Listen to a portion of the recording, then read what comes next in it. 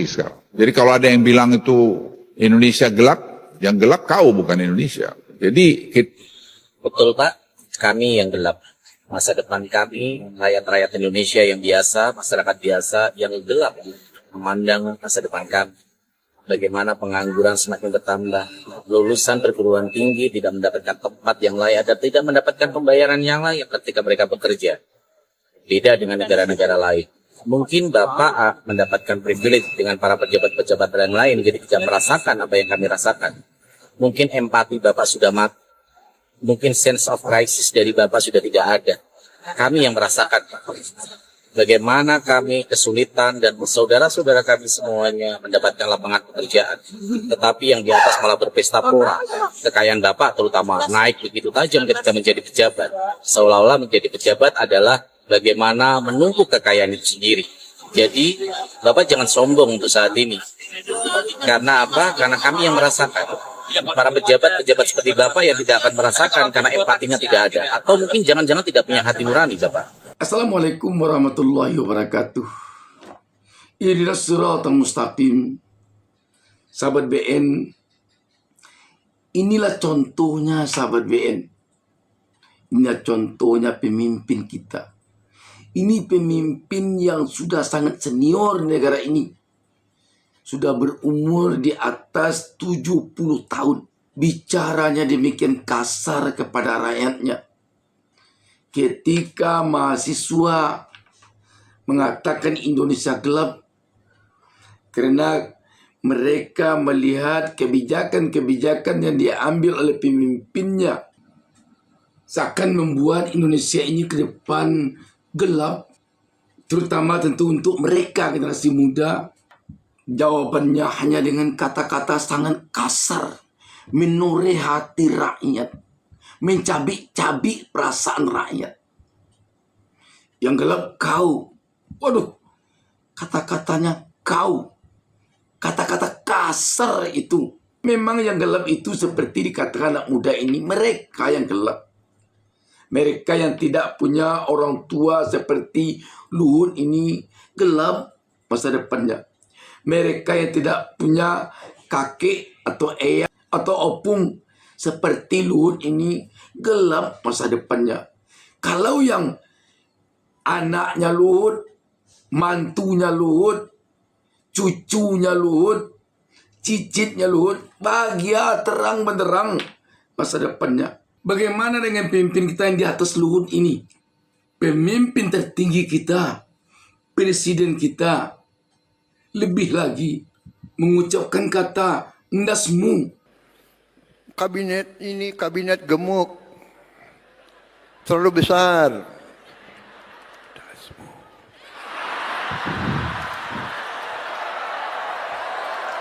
Para menteri, para pejabat di bawahnya menyambut dengan tertawa, dengan tepuk tangan, dengan terpingkal-pingkal, terbahak-bahak, seperti mentertawakan rakyat.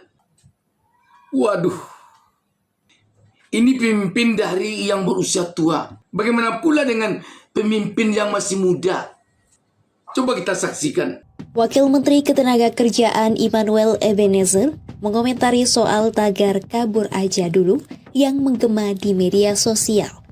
Tagar tersebut mendorong warga negara Indonesia untuk bekerja di luar negeri. Tak mau ambil pusing, Noel mempersilahkan WNI yang ingin berkarir di luar negeri. Bahkan sembari tertawa, ia meminta WNI yang berkarir di luar negeri tak perlu kembali ke Indonesia. Mas, terkait dengan ada kampanye kabur aja dulu, Mas, itu gimana? Apa? Kabur aja dulu ada kampanye. Ya udah lah, hashtag nggak apa-apa, masa hashtag kita peduliin. Ya, terakhir dari Kemenlu menyatakan kalau yang nggak masalah itu hak dari setiap warga. Kabur aja lah, jangan balik lagi. Tidakkah mereka merasakan bagaimana rakyat sakitnya dengan ucapan ini? Rakyat mengatakan itu karena yang membiayai kabinet itu rakyat. Apakah bicara begitu saja rakyat tidak boleh marah? Yang dulu dikatakannya silakan kritik. Waduh, bagaimanalah nasib bangsa ini ke depan kalau begini contoh-contoh pemimpinnya? Tidak dapat kita bayangkan. Begini watak pemimpin bangsa ini, ya Allah. Ya Allah, Engkau maha mengetahui, ya Allah. Engkau maha melihat, ya Allah. Engkau maha kuasa, ya Allah. Tolonglah Engkau lihat hamba-Mu di Indonesia ini, ya Allah. Tolonglah Engkau ketahui hamba-Mu di Indonesia ini, ya Allah. Tolonglah Engkau perlihatkan kekuasaan-Mu kepada hamba-Mu di Indonesia ini, ya Allah. Hamba-Mu di Indonesia ini diperlakukan seperti ini oleh pemimpinnya, ya Allah. Tolonglah, ya Allah. Kemana lagi rakyat akan mengadukan nasibnya kalau pemimpinnya sudah begini? Kemana lagi? Tepat sekali agaknya yang disampaikan oleh pakar hukum tata negara Ferry Amsari ini. Yang dia sampaikan kalau kita perhatikan benar-benar dari hati kecilnya, dari hati sanubarinya. Sailum obscurum, telah tibalah zaman kegelapan. Menjelang abad ke-14 ketika Romulus Ndasmu Augustinus memimpin Romawi dalam kehancuran. Kenapa Romawi di era kemasannya bisa hancur? Karena muncullah berbagai masalah. Dan juga timbul kehancuran di berbagai ruang politik ketika Kaisar Romulus dengan berbagai cara membiarkan politik menjadi tidak sehat. Seluruh oposan hendak dibunuh. Hastolus dan Tomlembonglus dibuat dicari-cari permasalahannya untuk kemudian menjadi problematika yang seolah-olah itu adalah hak benar begitu. Padahal semua adalah permainan dan cerita politik belaka. Para pemimpin lupa bagaimana berbudaya. Ucapan sudah tidak lagi punya makna. Tiba-tiba prajurit dengan telanjang dada memaki anak kecil lalu dilantik menjadi staf dalam lingkaran istana. Ini apa-apaan? Masih juga bicara soal benar tidak gerakan teman-teman ini. Padahal yang harusnya Anda koreksi, benarkah kami? Sudah jelas-jelas timbul kebodohan, tidak ditemukan siapa penyebab munculnya bambu di tengah laut. Tiba-tiba ada bambu jenis baru itu. Bisa tumbuh sendiri. Lalu dianggap selesai ketika dicabut. Padahal problematika utama tidak pernah ditemukan. Rencana mengejar koruptor hingga ke Antartika. Sampai ke gurun pasir paling jauh. Faktanya tidak ada. Yang dikejar adalah musuh-musuhnya. Sementara di dalamnya banyak masalah. Masih juga merasa pintar. Memformat kabinet masuk ke tidar. Untuk dilatih moral dan kualitas kabinet. Tapi belum sampai 100 hari sudah kemudian dipecat. Karena melanggar etik. Masih juga merasa benar. 100 hari ada kekacauan. Ada menteri buat kebijakan. Menterinya Bang Idrus di zaman Romawi tapi. Sabar Bang, sabar Bang. Menteri Abang buat kebijakan nasional. Tapi tidak pernah digunakan pilot project langsung berlaku nasional. Timbul kekacauan nasional. Apakah, tapi sudah selesai. Bukan selesai, tapi timbul kekacauan. Kekacauannya belum selesai, mungkin kebijakannya sudah selesai. Apa kekacauannya Bang? Secara ketatanegaraan. Ada menteri buat kebijakan, eksekutif, tapi dievaluasi sebagai eksekutif oleh legislatif. Wakil Ketua DPR mengevaluasi kinerja menteri, mengatasnamakan presiden. Sebut ketatanegaranya di mana. Kalau bukan di era Romawi dalam ajang yang disebut dengan kehancuran massal. Kapan timbul perubahan? Bang Ade, ketika sekelompok renesan berdiskusi memperbaiki keadaan. Siapa mereka? anak-anak muda pembaharuan. Ada Fidel, El Comandante, ada seorang perempuan memimpin ITB, coba bayangkan. Saya ingin kasih tahu, kalau ITB sudah turun ke jalan, itu tanda-tanda bahaya. Tapi bukan ngancam kan? Bukan ngancam, hanya menakut-nakuti. Saya khawatir ya, kalau kita tidak membaca pergerakan dan suasana kebatinan saat ini. Padahal banyak catatan sejarah bahwa Middle East, North Africa mengalami gejolak yang sama dan dibenahi oleh anak-anak muda.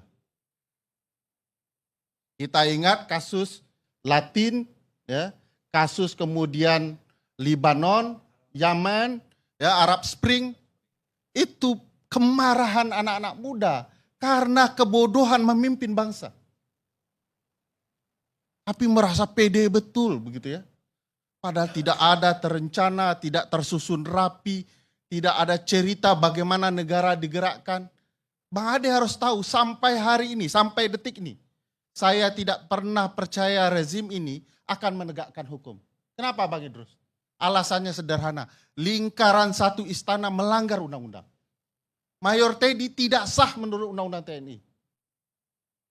Kabulok tidak sah menurut undang-undang TNI. Tapi dengan bangga cerita, kami akan tegakkan hukum.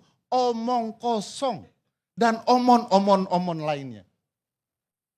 Dan ini problematika, bagaimana mungkin bisa menegakkan hukum kalau istana sendiri adalah pelanggar hukum. Tapi istana beruntung, masyarakat sipil belum bersatu betul. Masyarakat sipil masih cerita, itu oposan yang kemudian dipidana, ya wajar itu kesalahannya. Tapi ketika masyarakat sipil tahu bahwa ini adalah rekayasa politik, lalu dengan anak-anak muda yang beringas dalam intelektualitas mereka, mereka cerita soal kebaikan di kampus, tiba-tiba faktanya tidak. Mereka marah dengan intelektualitas mereka yang tidak dihargai. Bicara kesalahan pemerintah yang dikoreksi, 13 tuntutan mereka. Ini pengalihan isu. Yang salah pemerintah, jangan kami yang dipersalahkan. Mereka ini dalam terminologi Sohogi yang diceritakan Uni kita tadi, adalah kaum Brahmana intelektual. Mereka turun karena peradaban negara sedang rusak. Nanti kalau peradaban ini benar, mereka akan kembali ke pertapaannya. Memperbaiki nilai D menjadi A itu. Sekarang mereka selesaikan dulu nilai D pemerintahan dari Prabowo Subianto. Saya tidak akan pernah bisa percaya dengan rezim ini akan kembali benar. Kalau presidennya malah meneriakkan hidup Jokowi. Saya mau katakan, Jokowi masih hidup, oleh karena itu adililah segera Jokowi itu. Karena banyak sekali kasusnya yang terpampang di depan mata kita, tapi tidak kemudian dihukum apapun. Gratifikasi pesawat jet pribadi itu apa ceritanya? Masihkah presiden teriak hidup Jokowi karena keluarganya tidak tersentuh? Padahal pesawat jet pribadi itu jelas, terang benerang.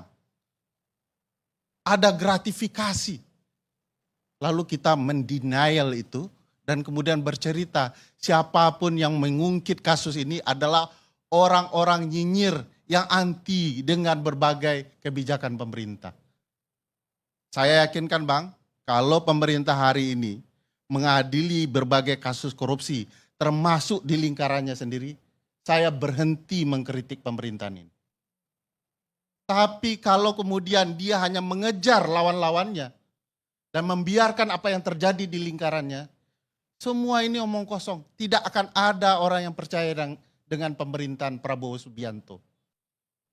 Kalau teman-teman di pemerintah ingin bersiap dan menganggap ini semua bayaran, silahkan. Tapi ini tanda-tanda zaman. Kalau anak-anak muda sudah tidak nyaman, bersiaplah. Mungkin tidak hanya kursi Anda dijungkir balikkan. mungkin tatanan baru hendak mereka ciptakan. Sekian, terima kasih. Assalamualaikum warahmatullahi wabarakatuh. Demikian sahabat BN. Wassalamualaikum warahmatullahi wabarakatuh.